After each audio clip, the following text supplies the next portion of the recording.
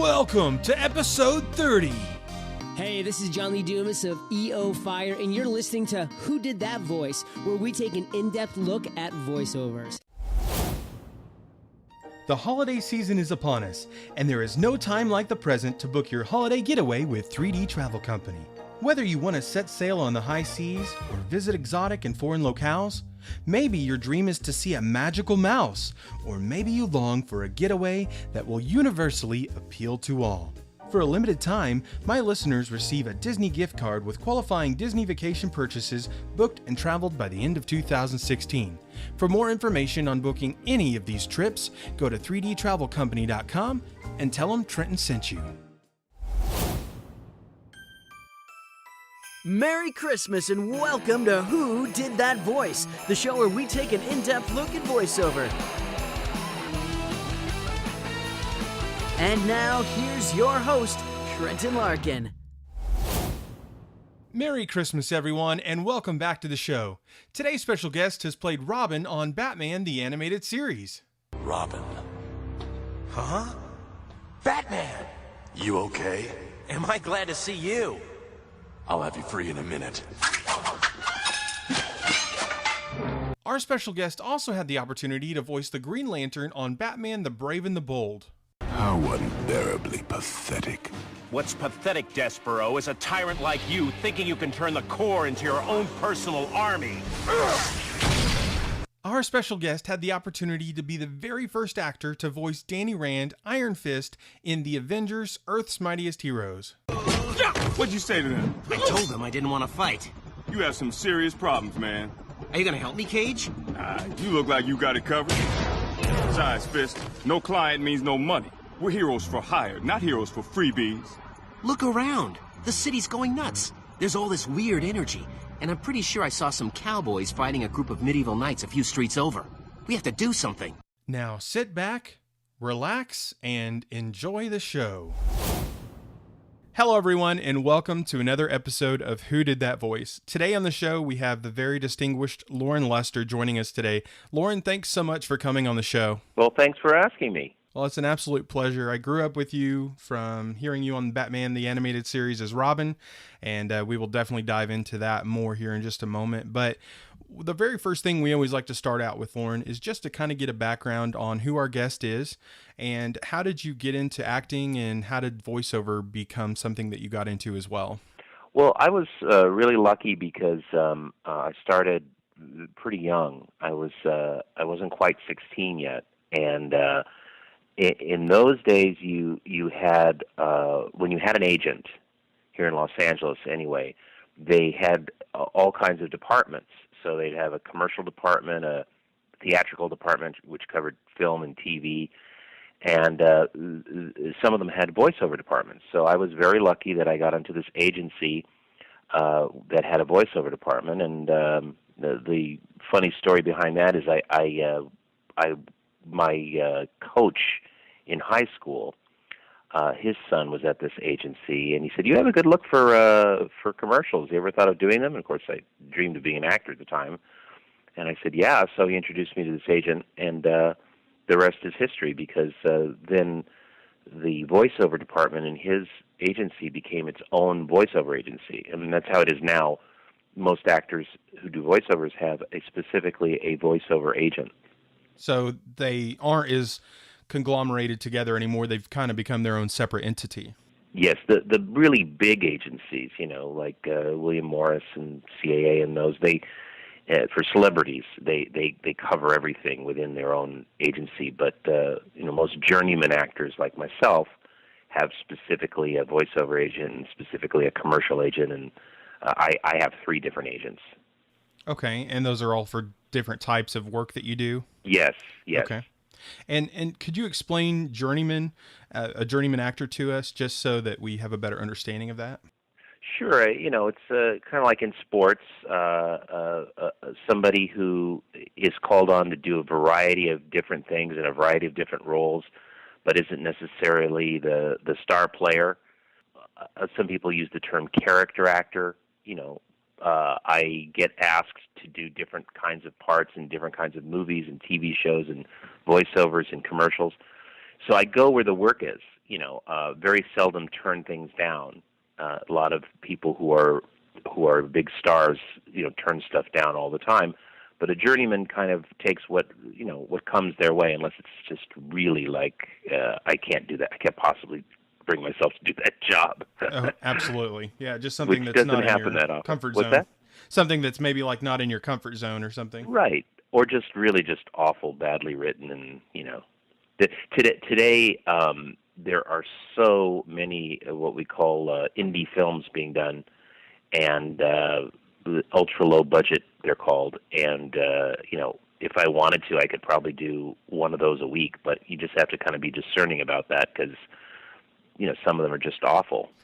and some are great. I just finished one. I just got back from Kentucky, where I was shooting a film called Tragedy Girls, and that's going to be really fun. And it's a comedy horror movie. So when you find gems like that, you take them. Well, thank you so much for sharing just kind of a little bit about your background and who you are, Loren. What was it like for you working on G.I. Joe, the animated show? And can you tell us a little bit about your character, Barbecue? That was a very exciting time, because that was the first animated series that I did. I had done some animation work before that at the legendary Hanna-Barbera studios, but those weren't series. Those were specials. This was a series, and I had a recurring role on the series, so it was a very exciting time. And I was very young. I was in my early 20s. And all of the other people in the cast were more veterans. I think I was definitely the youngest person on the cast, as I recall. And so I was, surrounded by all these people who had been doing work for, a decade or two. And it was thrilling. It was thrilling being with all those veterans. And the character Barbecue was, I think, originally supposed to be Boston. And I still don't do a very good Boston accent. So auditions, I did an accent like I was from Maine, further up New England. They liked that, and so I got cast. And the character, I think, his face is only seen a couple times. So that was kind of whenever the show would air, I would race home to see it. This is before the days of DVR. And I wanted to see if Barbecue had his mask on in that episode. So you kind of got to rush home and see what you had worked on recently. Right. And over the years, I've had a kind of a running joke in my career. I've played a lot of doctors who wear masks. So very so interesting. it's like, I guess this started that whole trend. And it's typecasting in animation. right. And literally, and this is on camera I'm talking about, but literally on camera. I've played a few roles where I've had to audition and then get a call back. They're very, specific about, how they wanted me to play the role, et cetera. And then I got on the set and I was wearing a mask. It's like, well, this could have been a voiceover, right? But Barbecue, funny. I think, started that all. There you go. Absolutely. Well, when you were working on G.I. Joe, did you get a chance to work with Chris Latta or to get to know him during your sessions? Yeah, of course. Oh, yeah. Wild man.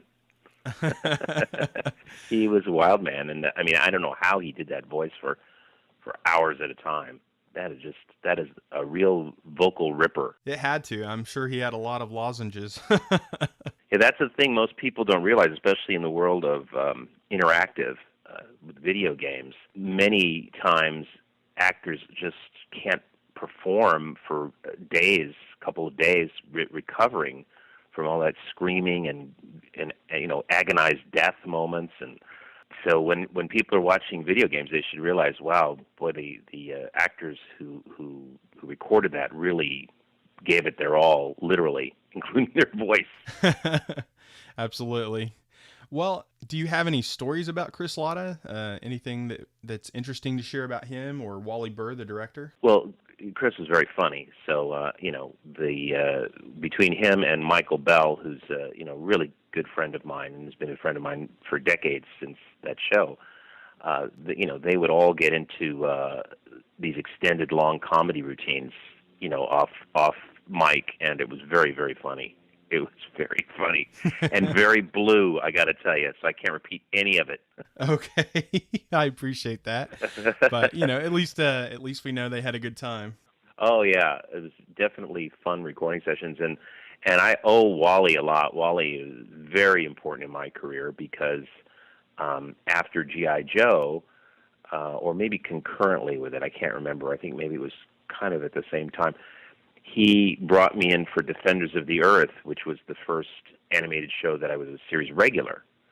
So, and he had known me because he had cast me in G.I. Joe, so he brought me in to audition for that, and I got the role and did 65 episodes. So I owe Wally a lot, and I loved working with Wally. He's very specific. I don't mind people who are very specific.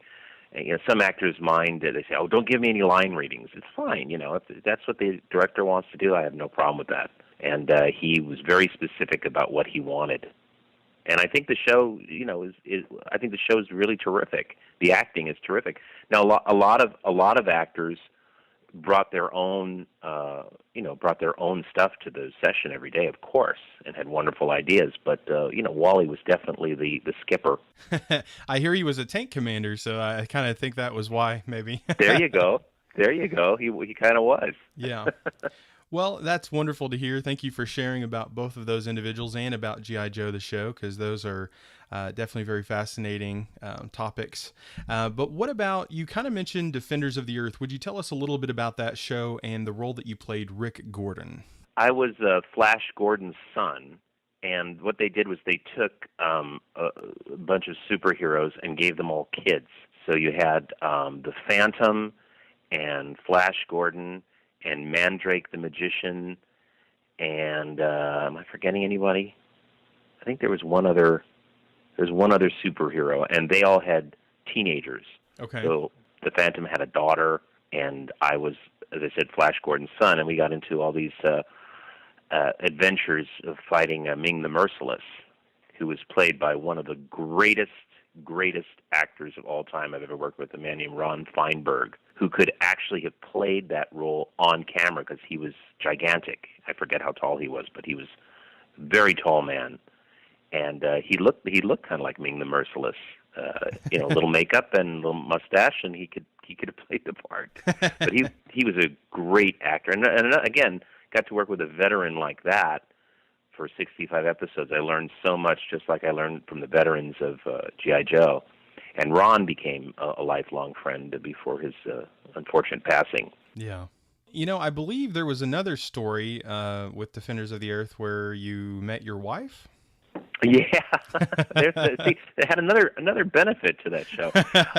I worked with a great actor, Peter Mark Richmond, who, if that name may not ring to some people, but if you look him up, he's done like 500, literally 500 TV shows and films, working from the 50s all the way up. It still works present day. In fact, he and I are doing a short movie next week together. But he and I worked together for about a year and a half on the show, and he didn't really talk too much about his private life, but he would send out Christmas cards with his family's picture. At Christmas time, at the Christmas party, I got into a nice conversation with his wife, and she said to him, "Why don't you introduce him to our daughter, Kelly?" And so he called me, and he said, "Do you want to go out on a date with my daughter?" I said, "Wait a second." I went over and I got the Christmas card, and I took a look, and I said, "Oh, okay." So I called her, and we hit it off on the phone, and then we went on a date. 3 months later, we were engaged, and we are still together. It's going to be 28 years, and we have 3 daughters, and so that's a big benefit to have done Defenders of the Earth. So thank you, Wally Burr. Well, that is such a fascinating story to hear how you met your wife, and congratulations early on you guys' anniversary, and thank you. Wonderful that you guys have been together so long and have those 3 beautiful daughters. That's awesome. That's wonderful. And she's an actress, so we've been able to one of those rare Hollywood stories of 2 actors who've been together for a long time. Oh, that's a wonderful tale. We're approaching, Paul Newman and Joanne Woodward territory, so that'd be great. Very much. Well, that's definitely something that'll go down in the history books. It's exciting. It really is when you see a couple that's been together for so long like that. So, Mm-hmm. I applaud you for that.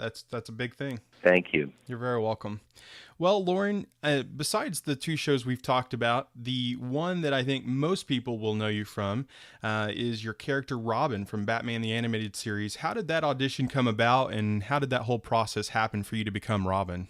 Well, I had done, as I said, I'd done G.I. Joe and Defenders of the Earth, and I had done, guest appearances on other shows. So I had enough of a resume that qualified me to get an audition for this show. And I had moved on to a very big voiceover agent at that time. I was with ICM at the time, and they made it possible for me to audition for this show to begin with. And then I got a call back, and then another call back. And it was, the most coveted role, I think, in town for guys my age. Everybody wanted that part, and I especially wanted that part because I grew up on the Batman show, the live-action Batman show.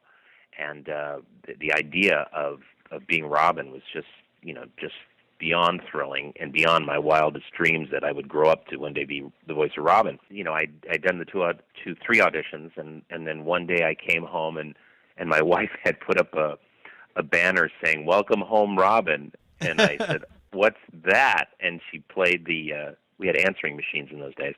She played the answering machine. It was my agent, and he said, "Hello, I'd like to speak to the new voice of Robin. Is he available?" And that's how I found out that I got the part. That is awesome that your wife did that for you. That's special. Well, that is most fascinating to hear. I'm glad that your wife was able to do that for you and make it such a special event. Yeah, it really was. It really was a special event. And I was very excited. And then it became kind of like a little bit of a sad story because we did the pilot episode. Then I didn't hear anything. And they actually replaced several of the people in the pilot. They replaced the Joker with, Mark Hamill became the Joker. Mm-hmm. It was originally Tim Curry. And they replaced... I think they replaced Alfred, who became Ephraim Zimbalist Jr., and it was Clive Revel originally. And I thought I had been replaced. I thought, wow, I haven't heard anything. I must have been replaced. So my agent found out that no, I hadn't been replaced, but they wanted the show to be very dark and brooding like the movie that had just come out. The live-action Batman. I think it was the first one, wasn't it? With Michael Keaton, yes. Mm-hmm. Yeah, because the theme songs were extremely similar. So if not the same. They wanted very much like that, and as you know, in that movie, there's no Robin. So they just simply decided we're just not gonna have a Robin character in the series.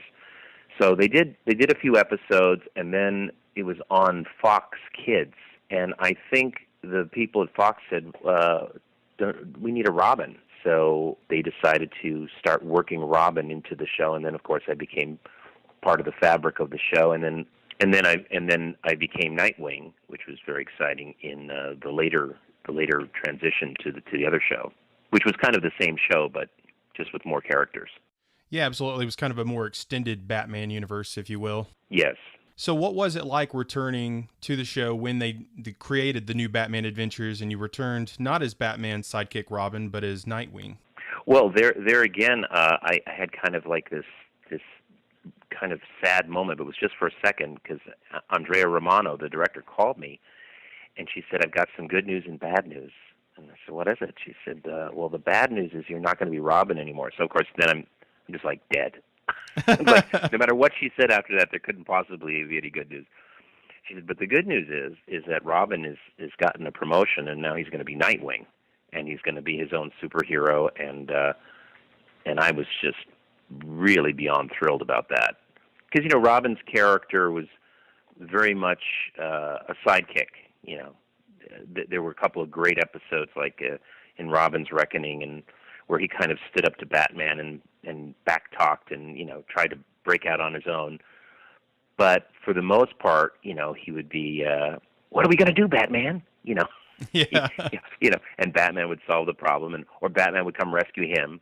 Although one of my favorites was Sub-Zero, the movie Sub-Zero, because Robin is very much, important to the plot and important to saving Batman in that movie, so I enjoyed that. But he was very much a sidekick, and in Nightwing, he was really his own man. I got to lower my voice, speak a little deeper voice, a little less excited, because he was a cooler guy. That mullet, you got to be cool, So that was fun. Yeah, seeing him develop into the hero that he became as Nightwing was very fascinating. He did have a little bit darker tone to him, and in his vocalizations were darker, and his look, of course.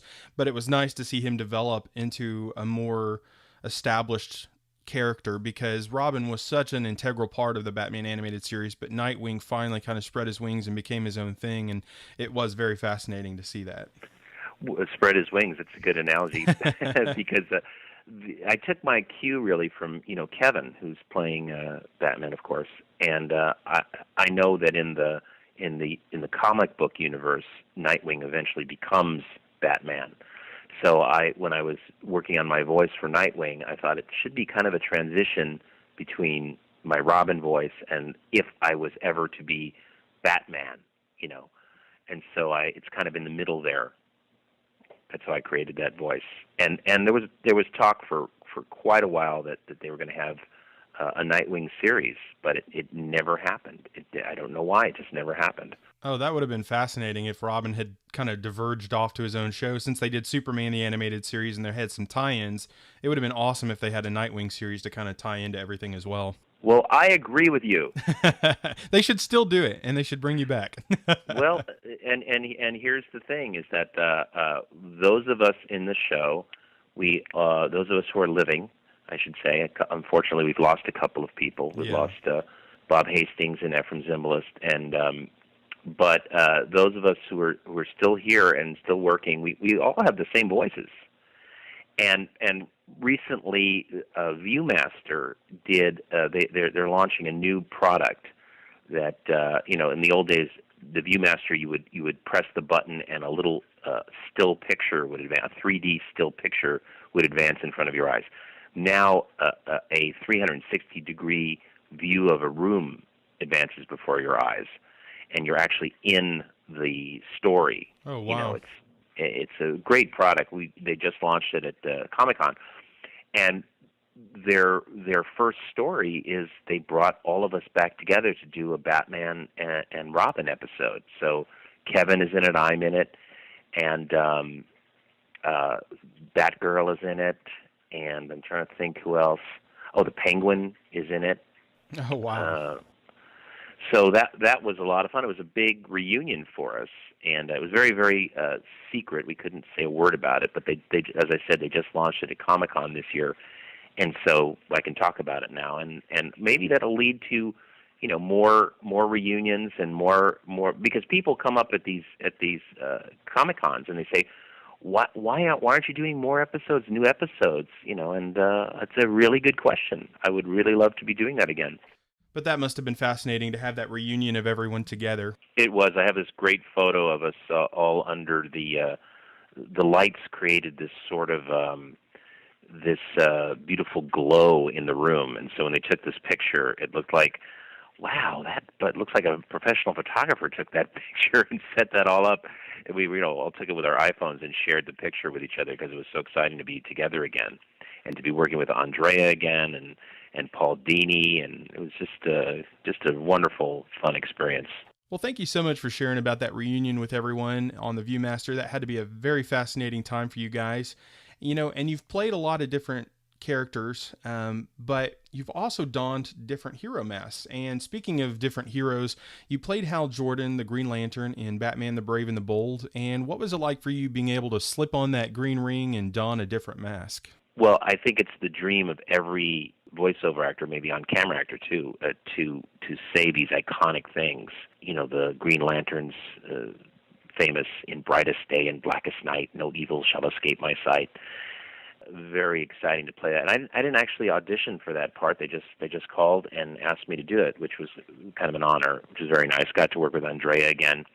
I had not worked with her for a long time, and that show was very different because it was sort of campy. It was intentionally silly, like the original on-camera Batman and Robin from the '60s. Intentionally for laughs, a lot of the stuff. Very slapsticky and kind of make make fun at the fact that they're making fun or laughing at something. Exactly. And when I was a kid, of course, watching the on camera Batman, I took it very seriously. I didn't know it was for laughs. Oh, really? So Okay. so yeah. I mean, kids didn't understand that, and that's why it was kind of fun. It was one of those shows like how Bugs Bunny was, and the Jay Ward, all those Jay Ward cartoons like Rocky and Bullwinkle. There was something for the kids, but also something for the adults, because the adults were in on the joke, and the kids were just, these are fun characters. Wow. Yeah, absolutely. Well, that's awesome that they were able to, just offer that role to you. And, that, that has to be an extreme honor when something like that is, asked of you and you're not actually having to audition. That's pretty special. Yeah. And it's getting back to the whole concept of journeyman actor. That is very rare. So, the stars get offered things all the time and they don't have to audition. Journeyman actors, 99% of the time we have to audition. Sometimes, not in my case, but I know some actors who've had to audition for roles they've played, and that's really difficult. I bet it is, especially after you've already played the role and they're asking you to re-audition for it with other people. So right, exactly. Well, speaking of other heroes, I know you've also played Danny Rand, the Iron Fist on Avengers. Yes. The Earth's Mightiest Heroes. And you, I believe, were the very first actor to voice that character. What was that like for you, being the first? Now that's a real showbiz story, the ironies of showbiz story, because I did audition for that and did a lot of research. So I looked up his whole history and the fact that he had grown up in the Far East and he had this very Zen kind of upbringing and not only into martial arts, but the whole mentality behind martial arts. So I came up with what I thought was a really descriptive, a voice that really described that kind of person. And it was kind of very quiet and low key, and I got the job. So, and I thought, wow, that's all that research paid off. That was great. So I go into the recording session, and we've recorded a couple of takes, and the producers and creators all sit behind a glass booth while we're in the recording studio. And when they're talking, they turn off their mics, and so we can't hear what they're saying. But our mics are still on, and they can hear what we're saying.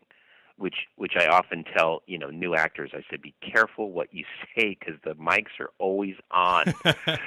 And you've probably heard those great William Shatner and Casey Kasem recordings where they just didn't realize or didn't stop to think the microphone is still on. So those become legendary things. So I'm just talking to the other actors. I knew a couple of them from previous things, and we're just shooting the breeze. And I see the producers looking through the window, and then suddenly they're talking, and they're looking through the window again. They're looking at us, and I'm thinking, God, we're not saying anything bad. What? Why are they looking at? So then they come back on mic and they say, Loren, could you just use your regular voice for the character? Try that. And so I tried that, and they said, let's go with that. So after all that research and all that prep, and had I auditioned with my real voice, I don't know that I would have gotten it. Maybe so. I don't know. But I auditioned with this other voice, which got me the part. But when I was finally recording it, they wanted me to use my own voice. Well, that works, I guess. Makes it easier for you. It worked for me. I was thrilled and happy to be doing it. It was a lot of fun. And then I did a interactive game as the character too. Well, that's it's always good to be able to use your voice in multiple ways and diversities, and being able to play on the game and on the show, being the first to voice that character. That's definitely legendary and iconic, and it'll definitely go on the history books for Comic-Con and other people that are into the geek stuff, because it'll be something that when they look that character up, bam, you'll be the first one that voiced it. So right, that's exciting. It is very exciting. Well, Loren, with you playing the part of Robin and Nightwing on Batman the Animated Series and the new Batman Adventures, growing up as a kid, I also watched Adam West on the old Batman show in the 60s. Well, not in the 60s. I wasn't born then, but right. You guys, I grew up. Yeah, I wasn't either, by the way. But, I grew up like you did watching that show, and I've watched different variations of Batman and the different things they've done over the years, but you as Robin and Nightwing and Kevin as Batman, Mark Hamill as the Joker, you guys, Bob Hastings as Commissioner Gordon, and Ephraim Zimbalist as Alfred, you guys are my cast of Batman and Robin and everyone in company, because thanks. Growing up with that show, it became my mainstay and my go-to. And when I hear those different characters, those are the voices that come to mind, are that cast of people from the original series. So I just wanted to let you know that and tell you how special it is to have you on the show. Oh, well, thank you. And we get that a lot at the different autograph shows and Comic-Cons that we do.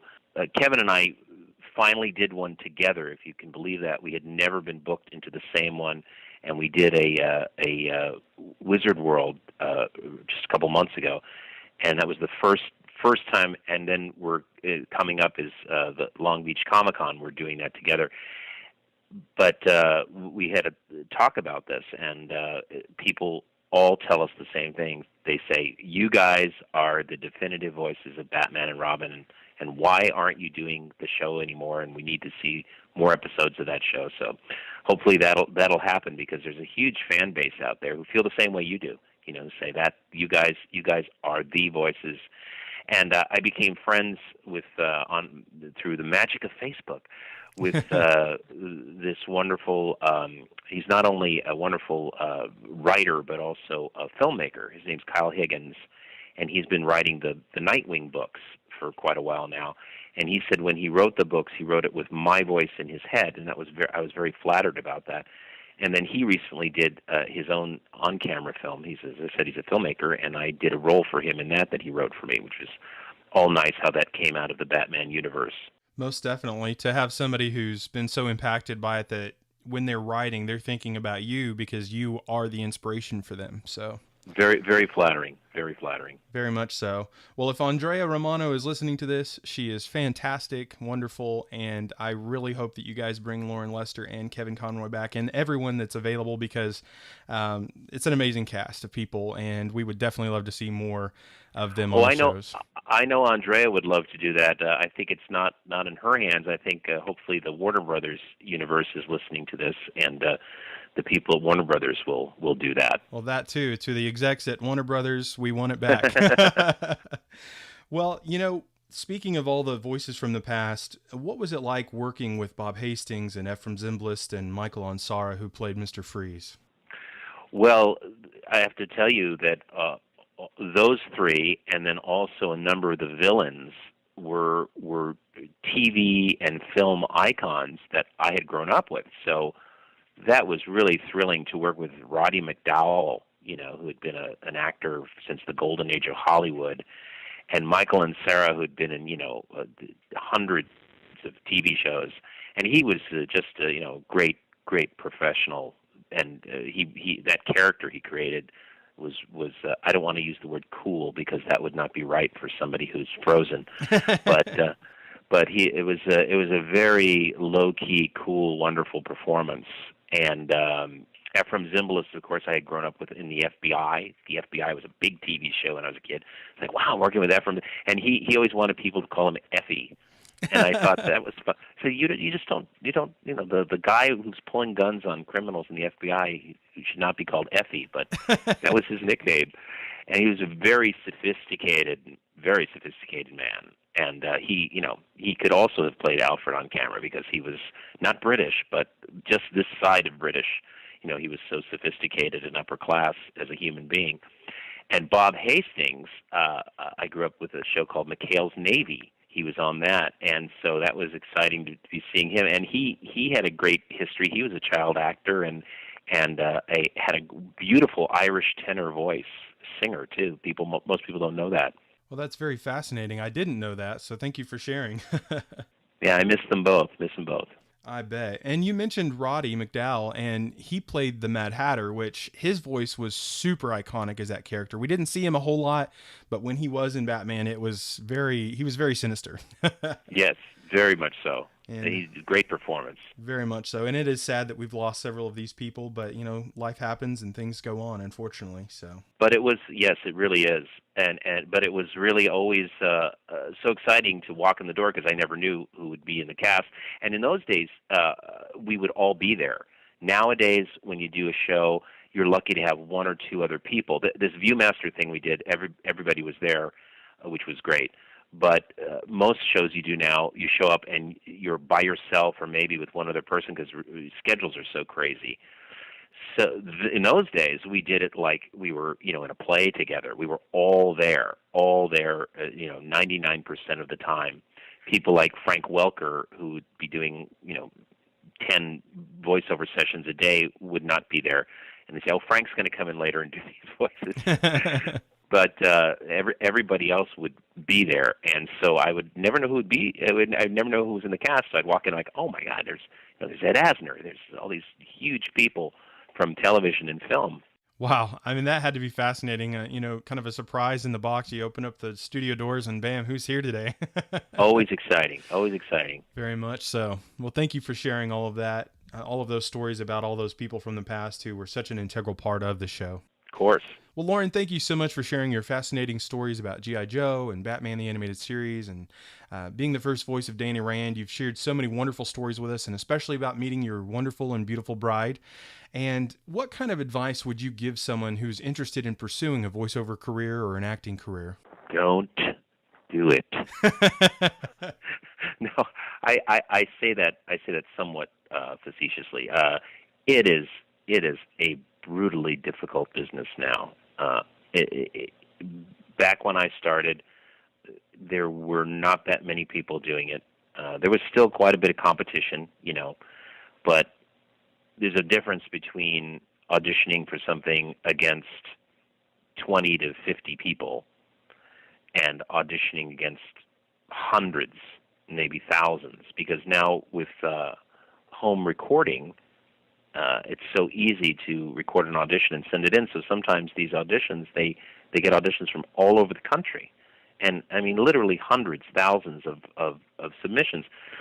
So, and I guarantee you, anybody who says to you, "Oh, I listened to all the auditions," they're probably not telling the truth, because it's impossible to listen to that level of submissions.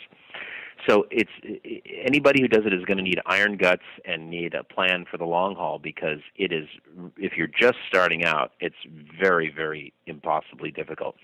I would say, most importantly, to take classes here in Los Angeles. There's some very reputable people, also in New York as well. I can't speak for the rest of the country because I don't know, but take a reputable class and learn the basics, because there's a different skill set to it than, if you're the star of your community theater or the star of your high school show, or you learn theater, or maybe you've done a few films, independent films. It's a whole different skill set when you are doing voiceover. And if you don't know what the ins and outs of that are, you absolutely will not be able to compete. So take classes, be absolutely ready. Don't come to Los Angeles and say, "I want to get an agent and I want to start doing voiceovers." It's just not going to happen that way. I mean, it may happen for the 1 in a million person, just like the 1 in a million person who comes here and says, "I want to be in the movies," and then tomorrow they're a star. I mean, it does happen. It does happen, but it is a rough business right now to get into.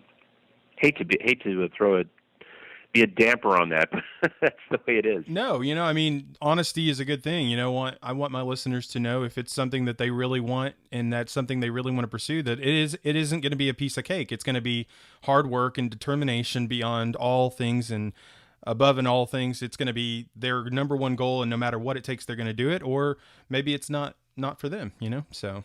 Having said all that kind of negative stuff, I mean, I would never, ever discourage somebody from wanting to do it. I mean, if they have a passion for it and that's what they want to do and that's their dream, they got to go for it. They got to go and not give themselves like, "Well, I'm going to do it for 2 years." Give myself it sometimes takes a long time to break in. So, like you said, be in it for the long haul. if you're going to commit to it and be in it for the long haul, then I say, go for it. Pursue your dream. Just know that these people who say, oh, I'm going to give it 2 years or 4 years or 5 years, that's just an artificial number, because even me, after all of these years, there are certain places where I have never auditioned. There are certain people I have never worked for. So it does take a long, long time. Well, thank you for sharing with us and for, sharing the positive and the potentially negative side of that. But, nothing is 100% either or in life. Right. Absolutely. Well, you've kind of mentioned that you have the indie film coming out soon. Are there any other up-and-coming voiceover projects or films or anything that you're involved with at this time that you can share? This year I have another film coming out, which I'm very excited about. It's called A Week in London, and it's a mockumentary, a character who's kind of very much like a Paris Hilton, only her name is London, not Paris. Okay. And I'm her right-hand man. I'm in charge of her entire life. And I play a snobby guy who smokes a pipe and drives her around in a vintage Rolls Royce. Very, very fun role, and that's coming out this year. Okay, great. Do you have a website or a way in which you can be contacted if somebody would just want to reach out to you? Or Yes, I'm on Facebook, and also my Twitter handle is ActorLL, and then my website is LorenLester.com, which is a very catchy title, I think, for my website. Absolutely. I spent a lot of time thinking about that. But that's a great place for people to see what's coming up, and also I have tons of clips on there from the stuff I've done over the years, some vintage stuff and newer stuff, and people are interested. They can see me playing all kinds of different parts, doctors, detectives, lawyers, etc. Absolutely. Well, thank you for sharing that with us, Loren. I just have one final question before we let you go. And the question is, what is the legacy that you want to leave behind? Oh, I'm glad it wasn't going to be one of those inside the actor's studio questions. What is your favorite color? And no, gosh, that's hard. Well, I guess. Oh, I know. I'd like the news report to say, at the time of his death, Loren Lester was the oldest living working actor. Fair enough? Yeah, that's good. What more can you hope for? I have known a few actors in my life who worked into the age of over 100, and do you know the actor Norman Lloyd? The name sounds familiar, but I'm not putting a face to the name. So Norman Lloyd, who's turning 102 this year, is the only actor, either living or deceased, who worked with all of these people. Alfred Hitchcock, Charlie Chaplin, Orson Welles, Jean Renoir. He's the only one who worked with, and he actually directed and produced for Alfred Hitchcock later on. But he is still a working actor, and he was in the movie recently, Trainwreck. Oh, wow. That is most fascinating. So he is still at it, and that would be, I would love that. And they'd say, Loren Lester, who died at 108, just finished his last film. Wow. Or at 108 did once again reprise his role of Robin. It's the Robin Beyond. Robin Beyond, right? Way beyond. We brought Bruce back when he was older. Why not Robin, right? Right. We'll call it Nightwing Beyond. I'm sorry, Nightwing Beyond.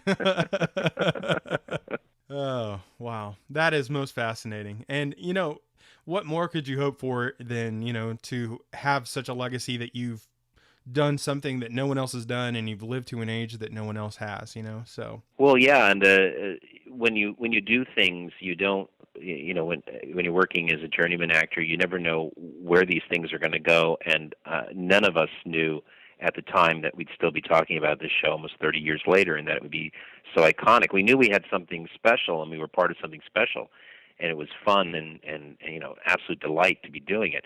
But nobody, and you never know that it's going to be going 30 years later. I just went to a reunion of Rock and Roll High School, which is one of the first films I did, and that's a film that is still, 30 years later, people are still talking about and going to see. And you never know when something is going to become legendary like that. So it definitely a thrill to have been part of a few projects like that. Well, Loren, it has been an absolute honor and pleasure having you on the show today. Would you please just give us a closeout as Robin from Batman, the animated series? Absolutely. It's been a pleasure for me, too, so thanks very much for asking me. I have been here talking to Trenton Larkin. So this is Loren Lester, the voice of Dick Grayson, also known as Robin and Nightwing. And you've been listening to Who Did That Voice? And now you know who did it. Batman! Come here a second. I've been listening to this show. Who did that voice? I can't tell who did it. Do you have any idea? Is it the Joker, the Riddler? Who did that voice? Well, everyone, I hope you enjoyed today's episode with Loren Lester, the voice of Robin from Batman, the animated series. I hope everyone has a very Merry Christmas and a Happy New Year, too.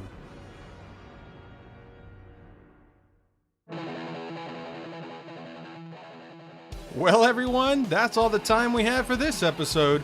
Join us this Saturday, December 31st, for our 31st episode. Our special guest is Matt Hill, the voice of Captain N from Captain N the Game Master. You won't want to miss this episode. Hey, are you ready to win some awesome prizes? All you have to do is like our Facebook page or follow us on Twitter for your chance to be instantly and automatically entered for your chance to win. Thank you for joining us today. We'll see you next time for more discoveries on Who Did That Voice.